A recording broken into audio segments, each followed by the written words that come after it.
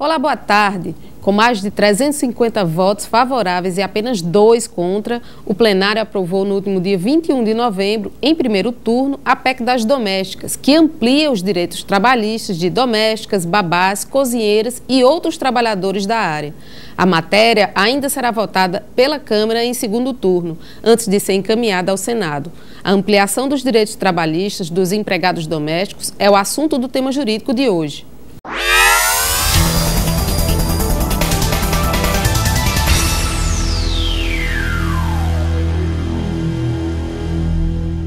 Um exército que reúne 6,6 milhões de brasileiros, a maioria mulheres, está prestes a ter os direitos trabalhistas ampliados, incluindo obrigatoriedade de recolhimento do FGTS, carga horária semanal de 44 horas, hora extra e adicional noturno, garantindo ao trabalhador doméstico os mesmos direitos já assegurados aos trabalhadores urbanos e rurais. Para discutir sobre a PEC das domésticas, convidamos o juiz do trabalho e professor do curso de Direito da Facisa, Paulo Nunes, e o advogado trabalhista e colaborador do Centrac, Claudionor Vital.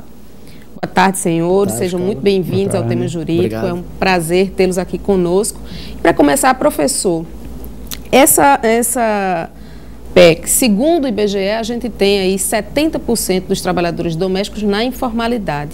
A PEC vai reduzir esse número, vai fazer aumentar esse número? Como é que o senhor avalia? Esse é um número que se aproxima bastante da nossa experiência judicial. Tá? Quando a gente pega as nossas ações de empregados domésticos, normalmente a gente encontra um número bem maior de não registrados do que registrados.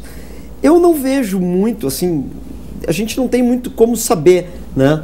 Mas não vejo muito como isso possa modificar para mais ou para menos a extensão de alguns direitos aos domésticos. Acho que aqueles que se mantêm na informalidade vão continuar e aqueles que estão registrados não devem deixar de registrar ou causar um grande desemprego por conta dessa alteração legislativa, que eu reputo não tão profunda assim em termos econômicos, diretos, né? Há uma grande extensão de direitos, mas em termos de repercussão econômica para o empregador não acho tão grande. A gente até vai falar sobre isso mais adiante.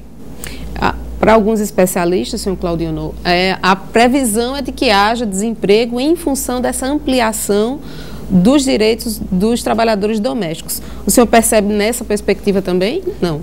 Pode ser que ocorra, no princípio, algum efeito no sentido de alguns empregadores buscarem uma alternativa, no sentido de demitir empregados que estejam com carteira assinada para contratar pelo caminho da diarista.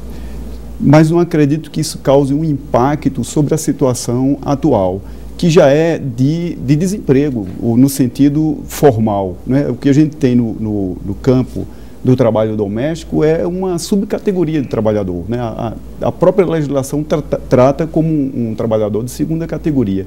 Então, assim, mesmo que cause algum impacto no sentido da formalização do contrato de trabalho, mas eu acredito que é mais importante ampliar a cidadania do que a gente ter uma realidade na legislação de uma cidadania mitigada. O melhor nesse momento realmente seria ampliar ou trabalhar a consolidação de alguns direitos que nem sequer ainda estão realmente em prática? Deve se dar nos dois caminhos, o reconhecimento e a consolidação de direitos que já existem e a construção e o reconhecimento de novos direitos. Isso ao mesmo tempo a gente... Ao mesmo tempo pode ser feito. Poderia trabalhar. Professor, a gente pode dizer que essa PEC permitiria ao Brasil honrar o compromisso que ele assumiu recentemente com a Organização Internacional do Trabalho em relação aos trabalhadores domésticos? Essa é a ideia inicial. A OIT, a Organização Internacional do Trabalho, ela traça diretrizes mínimas, que é o que ela entende como o que seria o ideal, tanto que são mínimas, né? A ideia é fazer com que os países membros se aproximem o mais possível desses mínimos. O Brasil, inclusive, é um dos que mais se aproxima. Entre todas as convenções e recomendações, o Brasil é um dos que mais aderiu a quase todas, são poucas as que não, né? Neste caso, seria a perseguição de se aproximar ainda mais a uma situação ideal. Eu acrescentaria a questão aí que do que está previsto na Convenção 189, no Brasil, na Constituição Federal de 88, muitos dos direitos já estão assegurados. O que a Convenção traz de novidade em relação à legislação no Brasil, que é o que a PEC busca concretizar é a questão fundamental da limitação da jornada de trabalho, que não está reconhecida ao trabalhador doméstico, a questão da segurança e saúde no trabalho, que nós sabemos e tem estatísticas que mostram que as trabalhadoras domésticas sofrem com a questão da insegurança no trabalho, e um aspecto que a Convenção busca com toda força trabalhar é a proibição do trabalho infantil, do trabalho doméstico infantil. Então, nesses aspectos, nós precisamos avançar, e a PEC vai nesse sentido. Sobre o trabalho doméstico infantil, professor Paulo, a gente ainda tem muitos casos, ainda recorrente no Brasil? A gente não vê isso muito judicializado aqui, mas dentro da nossa Organização Nacional dos Juízes, a gente sabe que em alguns nichos isso acontece bastante. O norte, a região norte, não nordeste, a região norte do país é uma região que tem muito problema com trabalho infantil doméstico. Ok, professor, vamos fazer um intervalo e no próximo bloco voltaremos conversando sobre o FGTS para o trabalhador doméstico.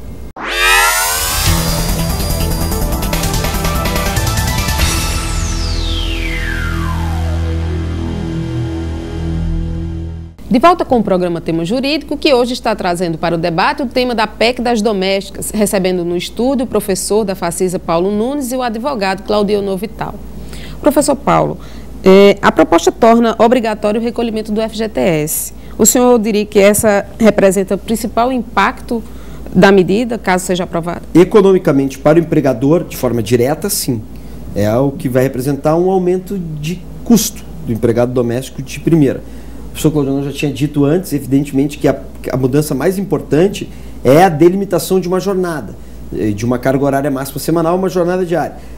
Isso não traz um impacto econômico direto para o empregador, né? Basta que ele respeite que não há nenhum custo, mas o FGTS não. O FGTS efetivamente vai haver um incremento, mas não é algo que seja assim tão relevante que possa causar um desemprego. Isso não seria uma ameaça para não realmente acredito aplicar? Que não. Acredito que não. Vou ficar surpreso se isso acontecer. Certo.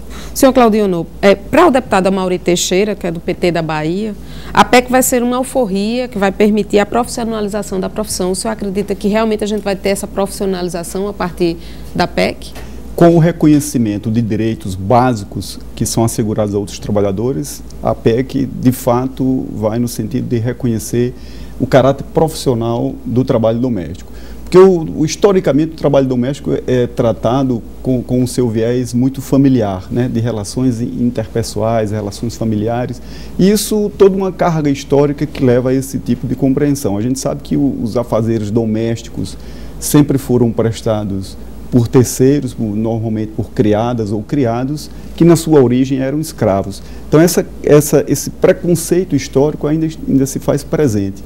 E é por isso que é necessário um reconhecimento legal da profissão no sentido de assegurar que ela se profissionalize. Então, vejo nesse sentido. Como colaborador do Centrac, uma ONG que faz assistência, presta assistência às trabalhadoras domésticas, que realidade o senhor encontra desse perfil da trabalhadora doméstica em Campina Grande? A primeira questão é que, quando a gente fala do trabalho doméstico, quando se refere ao trabalhador, na verdade a gente deve usar até o termo no feminino, as trabalhadoras domésticas, porque é um universo onde nós temos 94% de mulheres. E 60% delas negras. Negras, né? Então, isso mostra exatamente a questão da divisão sexual e de gênero, do trabalho, divisão sexual e racial do trabalho, né? Divisão sexual porque os afazeres domésticos sempre foram tidos como um trabalho feminino, né? Ainda hoje. E, por outro lado, essa herança escravocrata do nosso país, que os que cuidavam do lar, da casa dos senhores, eram as escravas, sobretudo as mulheres, né, e os escravos. Então, essa é a realidade que nós encontramos, não só aqui em Campina Grande, mas no Brasil, né? E um outro traço marcante é exatamente as jornadas de trabalho excessivas, né, enfrentadas por esses trabalhadores. Principalmente por aqueles que trabalham com carteira assinada, são os que têm um nível de jornada mais elevado. Então, esse é o perfil que nós encontramos no trabalho doméstico, que demonstra uma exploração excessiva econômica dessa força de trabalho.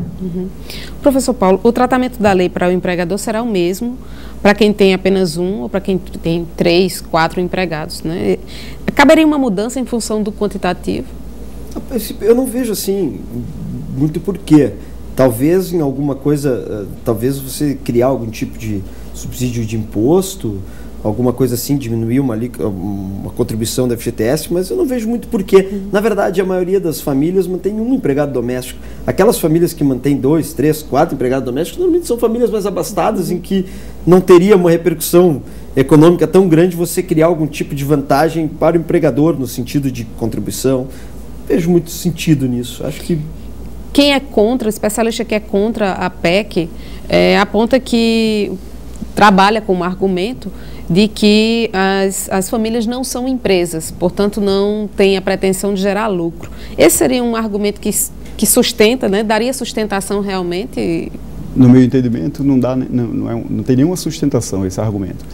A principal questão aí que colocam é que, na verdade, tem que compreender o que é o trabalho produtivo e o trabalho reprodutivo. E aí vem mais uma vez a questão da divisão sexual do trabalho. O trabalho produtivo sempre foi relacionado ao trabalho masculino. O trabalho reprodutivo, que é o trabalho doméstico, que está relacionado com as atividades femininas. Então, a questão é, o trabalho doméstico, ele gera valor de troca ou gera valor de uso? Na verdade, o trabalho doméstico, como o trabalho reprodutivo, gera valor de uso, né? Então, é para o consumo da família. Então, com base exatamente nessa distinção, que os que são contra a equiparação de direitos, dizem que não tem como se reconhecer essa equiparação do trabalho doméstico. É uma falácia esse argumento se nós considerarmos que o trabalho doméstico é um trabalho que tem conteúdo econômico. Os próprios especialistas que são contra a equiparação de direitos, eles reconhecem o conteúdo econômico do trabalho doméstico. E quando nós tratamos desigual, o que sucede aí é exatamente uma exploração econômica dessa força de trabalho. E a gente sabe que o direito do trabalho, quando surge exatamente no sentido de mitigar ou de buscar reduzir, né, essa exploração econômica que incide sobre a força de trabalho. O trabalho doméstico, como força de trabalho, é a energia, o suor do trabalhador como qualquer outro. E ainda tem um aspecto que está na própria legislação que põe por terra esse argumento. É que a CLT, no seu artigo 2º, parágrafo 1º, equipara a empregador, equipara a empresa, as entidades que prestam serviço, entidades sem fins lucrativos que contratam trabalhadores. Então, essas entidades são equiparadas a trabalhadores e a empregadores e seus empregados são, seus trabalhadores são considerados como empregados. Então, portanto, mesmo que não tendo uma atividade lucrativa, mas são equiparados à empresa. Então, qual a diferença que tem aí na questão do trabalho doméstico? Uma pesquisa feita com base nos dados da Pesquisa Nacional de Amostra por Domicílio, né, observando o tempo de trabalho, o tempo gasto nos afazeres domésticos, se chegou à conclusão que, isso para o ano de 2001, que o trabalho doméstico tem um impacto no PIB do Brasil de 12,76%. Então, e aí considerando o trabalho doméstico remunerado e o trabalho doméstico não remunerado, preciso observar isso. Mas é um impacto importante que deve ser levado em consideração, que vai no sentido de reconhecer o fator econômico do trabalho doméstico e, portanto, desqualificar esse discurso que nega a equiparação de direitos. Ok. Vamos fazer mais um intervalo e no próximo bloco a gente conversa sobre a terceirização do serviço doméstico e a presença das diaristas.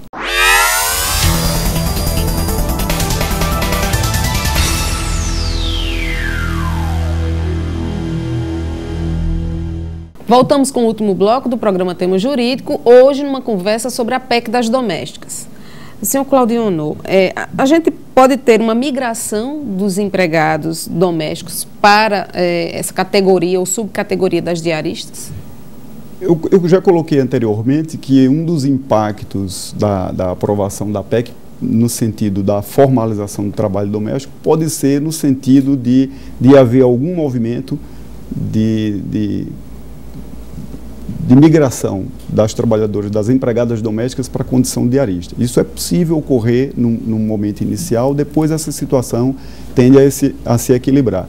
E aí onde entra uma questão importante que deve seguir a discussão após a aprovação da PEC, é essa distinção que hoje se estabelece, sobretudo, a legislação nem trata disso de forma direta, está muito mais no campo da construção jurisprudencial, de como os tribunais têm tratado essa questão, que é dessa distinção entre trabalhadora doméstica e diarista.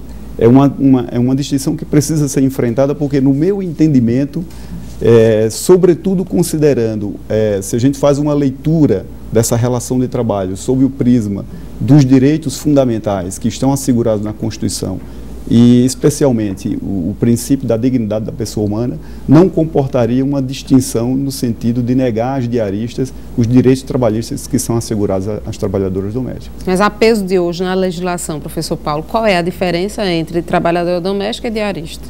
A diarista seria uma trabalhadora dita autônoma, que não teria uma vinculação de subordinação com o empregador e não teria aquilo que a gente chama de permanência no emprego, né? A legislação não doméstica, a legislação ordinária, prevê que para alguma pessoa ser considerada empregado, ela tem que ter não eventualidade. Na legislação do doméstico, o legislador preferiu utilizar o termo continuidade, que é um termo que a doutrina e a jurisprudência entenderam como temporal. Então, o que vai diferenciar nessa questão da permanência diarista para empregado doméstico é o tempo que ela vai ficar no emprego. O problema é que nem o legislador e nem a jurisprudência conseguiram delimitar esse tempo. Então, na verdade, a gente tem como um ponto pacífico. É o tempo, mas a gente não sabe dizer quanto. 1 dia, 2 dias, 3 dias, 2 manhãs, 5 manhãs, isso não existe. Somente um tribunal do trabalho, até hoje, o Tribunal da Primeira Região do Rio de Janeiro, que delimitou isso jurisprudencialmente, disse que até 3 dias seria considerada diarista, mais de 3 dias seria considerada empregada doméstica. Mas a gente não nota esse entendimento de forma muito pacífica nos outros tribunais. A gente até tem como um ponto de partida, mais doutrinariamente falando, de que 1 a 2 dias a princípio seria diarista, 4, 5, 6 seria empregado doméstico e 3 a gente teria que avaliar um conjunto de outros fatores, né? Eu não gosto de observar por essa forma, eu gosto de analisar outras coisas junto, eu gosto de analisar a permanência da pessoa. Ela trabalha 2 dias, mas ela recebe ao final de cada dia, isso demonstra uma autonomia. Eu trabalhei, recebi e vou embora, não sei se volto na outra vez. Agora, se eu trabalho 2 dias, 3 dias, mas recebo tudo junto no final do mês, significa que eu estou permanecendo naquele trabalho e que eu tenho que continuar indo para receber e que a outra pessoa, como sabe que vai me pagar lá adiante, o empregador, também sabe que eu vou voltar. Essa relação de permanência que a gente deve tentar observar. Agora, é temporal, isso é pacífico. A gente vai ter que analisar o quanto fica no trabalho para saber se é diarista ou se é empregado doméstico. E, senhor Claudiano, é possível a gente contratar de forma proporcional um empregado doméstico? Por exemplo, se eu preciso apenas de 25 horas semanais, eu posso fazer um contrato que não vai representar um pagamento de um salário mínimo por mês, por exemplo? No cenário atual, o meu entendimento é que não é possível estipular uma jornada proporcional que redunde em pagamento inferior ao salário mínimo por uma razão. Porque hoje as trabalhadoras domésticas não têm a limitação da jornada de trabalho. Então, se elas não têm, não é considerado para a trabalhadora doméstica o limite de 44 horas semanais, de 8 horas diárias, então seria um equívoco eu considerar esses limites para efeito de pagar proporcionalmente o salário mínimo. Por isso que eu entendo que no cenário atual, não garantido o direito ao limite da jornada de trabalho, deve ser pago o salário mínimo independentemente do número de horas que a trabalhadora vier a prestar. Agora, na mudança de cenário, que é o que propõe a PEC, se você limita a jornada de trabalho, então você tem um parâmetro e aí o salário mínimo, sim, pode ser definido com relação à proporcionalidade do número de horas trabalhadas. Se inferior às 8 horas diárias e 44 horas semanais, o pagamento do salário mínimo será proporcional às horas trabalhadas. Bem como todos os outros os demais direitos seguiriam essa proporcionalidade. É esse o seu entendimento também, professor Paulo? Tenho um posicionamento um pouquinho diferente, professor Claudiano. Eu acho que é possível, sim, você fazer um pagamento proporcional. A Constituição, quando estabelece o salário mínimo, ela faz uma correlação, ainda que não especificamente aos domésticos, a carga horária máxima de 44 horas. Tá?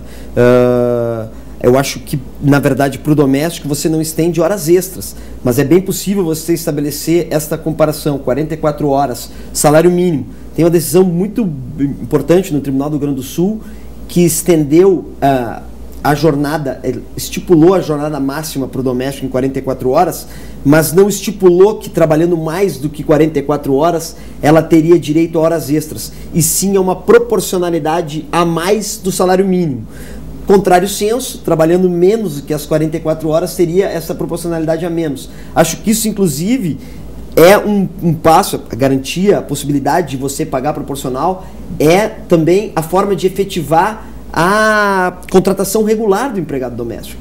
Porque você diz assim, eu preciso de 3 dias por semana. Eu não posso pagar meu salário mínimo, então eu acabo não formalizando o contrato. Né? Então, acho que você garantindo a proporcionalidade, que eu acho até um posicionamento juridicamente bem correto, equitativo, acho perfeitamente possível. Ok, eu agradeço, né, a presença de vocês, os esclarecimentos, acho que é um tema extremamente pertinente e bem do dia a dia, do cotidiano das pessoas mesmo. E abro espaço agora para as considerações finais, por favor.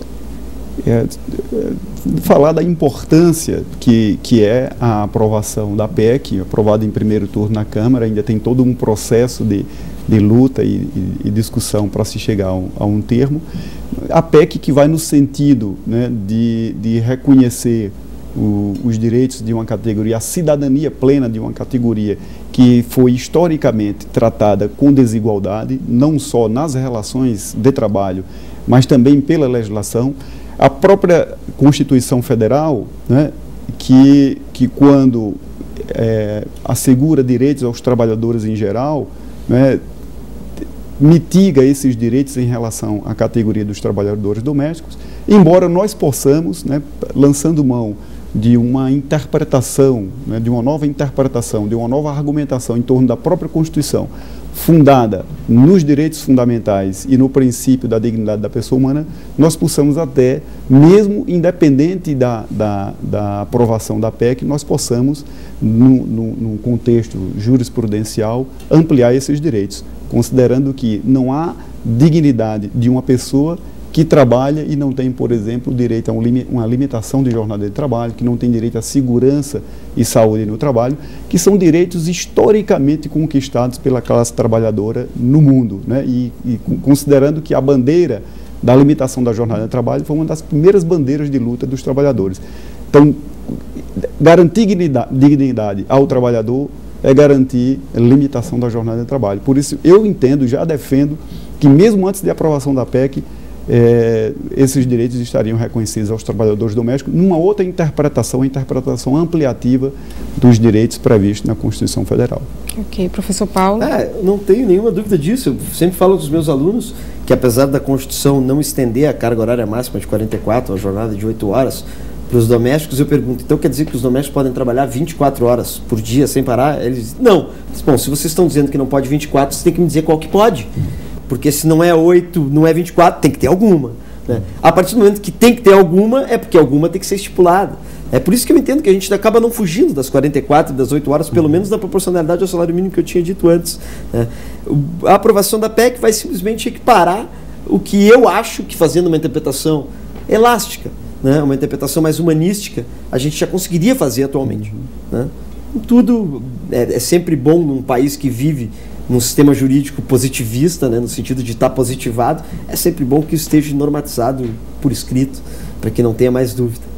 E, por fim, agradecer o convite. É a terceira vez que eu venho no programa, me sinto em casa. É sempre um prazer recebê-lo, professor. Obrigada. Obrigado. E obrigada a você também pela sua audiência aqui na TV Itararé e no nosso canal no YouTube. Bom final de semana e até sábado que vem com mais um tema jurídico da Facisa.